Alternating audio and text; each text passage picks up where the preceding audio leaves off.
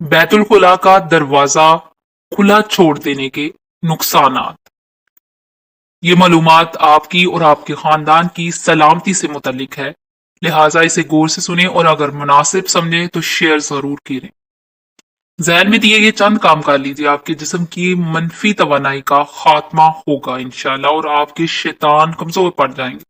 बैतुल खुला की सफाई पर कोई समझौता नहीं है और बैतुल खुला को मुस्तकिल बनादों पर साफ सुथरा बदबू से पाक रखें। रात को सोने से पहले बैतुल खुला को साफ और पाक रखने का एहतमाम कीजिए। बैतुल खुला का दरवाजा हर वक्त और मुस्तकिल बुनियादों पर बंद रखने का इंतजाम कीजिए।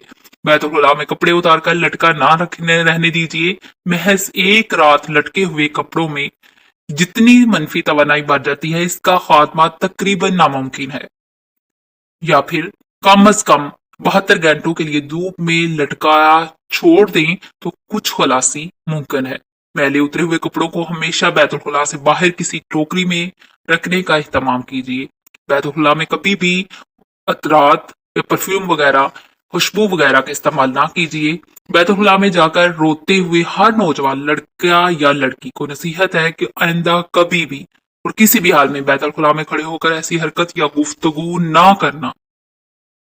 बैतुल्लाह में जाकर रोना आपकी तरफ से शैतान को खुली दावत देता है कि आपके जिस्म में दाखिल हो जाएं या आपके जिस्म में पकड़ कर लें। इसके अलावा भी ऐसे करने से रिज्क या शादी में देर होती चली जाती है, जिंदगी में मुश्किलात बढ़ती हैं, बिला सबब गम, अफसुर्दगी का एहसास और तशज्जुर या मिर्गी तक हो सकती है। हर तीसरे दिन अपने घर के दरवाजे और खिड़कियां खोलें और घर में सूरह बकरा की तलावत रिकॉर्डिंग चलाएं। आपको बजाते खुद अपने अंदर और अपने घर वालों में नफसियाती बेहतरी महसूस होगी। घर से शैतान और जरासीम को भगाने के लिए आका करीम सल्लल्लाहु अलैहि वसल्लम के फरमान के मुताबिक कुलवंजी की दुआ दे। घर में कुलवंजी या बखोर की दूनी ऐसे वक्त ना दी जाए जब घर की खिड़कियां बंद हों। घर में बहुत ज्यादा शीशे न लटकाएं और अगर मकसूद हो तो दाखिली दरवाजे के आसपास लटकाएं। घर में ऐसी जगह ना बैठे जहां से अभी अभी कोई उठकर गया हो। जागने पर लंबी लंबी सांसें लीजिए और उठते हुए बिस्मिल्लाह पढ़िए। रात में सोने का एक मुस्तकिल वक्त मुकर्रर करें और सोने से पहले सूरह मुल्क की तिलावत को कभी तो रुकना कीजिए।